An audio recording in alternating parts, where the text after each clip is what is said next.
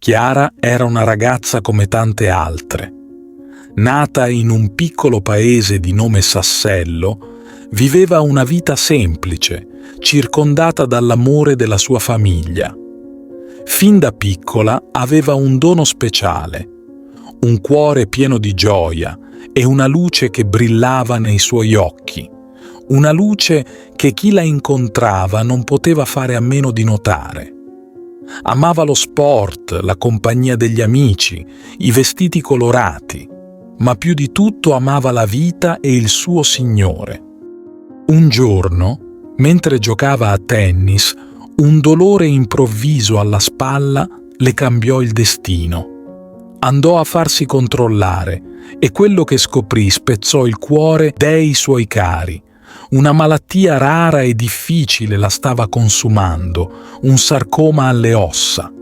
Ma Chiara non si lasciò abbattere, anzi, la sua luce sembrava brillare ancora di più. Iniziò a passare lunghi periodi in ospedale, tra visite e trattamenti, ma niente le tolse il sorriso dal viso. La sua camera, a casa e in ospedale, si trasformò in un luogo di preghiera, dove amici e parenti venivano a trovarla, non per consolarla, ma per essere consolati da lei. Chiara aveva capito qualcosa di grande, l'amore di Dio che non abbandona mai, nemmeno nei momenti più bui. Diceva sempre: l'importante è fare la volontà di Dio. Era convinta che tutto, anche il dolore, avesse un senso se vissuto con amore. Con il tempo, la malattia peggiorava, ma Chiara non smetteva di essere una fonte di gioia per chiunque la incontrasse.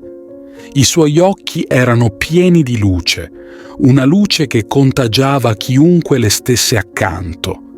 Anche Chiara Lubich, la fondatrice del movimento dei focolari di cui faceva parte, notò quella luce speciale e le diede un secondo nome: Luce. Quando la sua fine si avvicinò, Chiara era serena. Sapeva che stava per incontrare il suo sposo, Gesù, e voleva essere pronta per quel momento. Si preparò con cura, scegliendo un vestito bianco, simbolo della purezza, e i canti che avrebbero accompagnato la sua partenza. Chiese a tutti di non piangere, di non essere tristi, perché lei stava per vivere la gioia più grande. Anche alla mamma lasciò un messaggio di speranza dicendole: «Mamma, sii felice, perché io lo sono già». Chiara lasciò questa terra in un'alba serena di ottobre, ma il suo ricordo è rimasto nei cuori di chi l'ha conosciuta.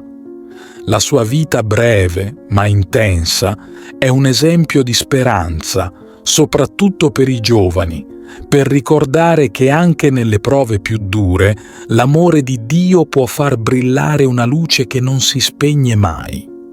Oggi Chiara è un faro di luce per chi cerca conforto, una testimonianza vivente che la santità non è riservata a pochi eletti, ma è una strada che possiamo percorrere tutti con semplicità e fiducia, seguendo il cammino dell'amore.